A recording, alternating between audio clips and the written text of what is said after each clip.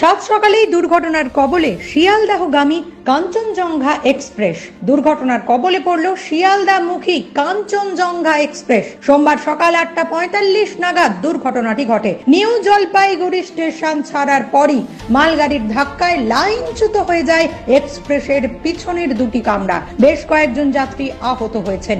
রাঙাপানি স্টেশনের কাছে তেঁতুলতলার রুহিদাসা এলাকায় ঘটনাটি ঘটেছে। হতাহতের সংখ্যা এখনো জানা যায়নি। স্থানীয়রা উদ্ধার কাজ শুরু করেছে। এই ঘটনায় উত্তর পূর্ব ভারতের সঙ্গে রেলপথের যোগাযোগ ব্যাহত হওয়ার আশঙ্কা। ঘটনার পরই উদ্বিগ্ন মুখ্যমন্ত্রী মমতা বন্দ্যোপাধ্যায় খোঁজ খবর নিতে শুরু করেন।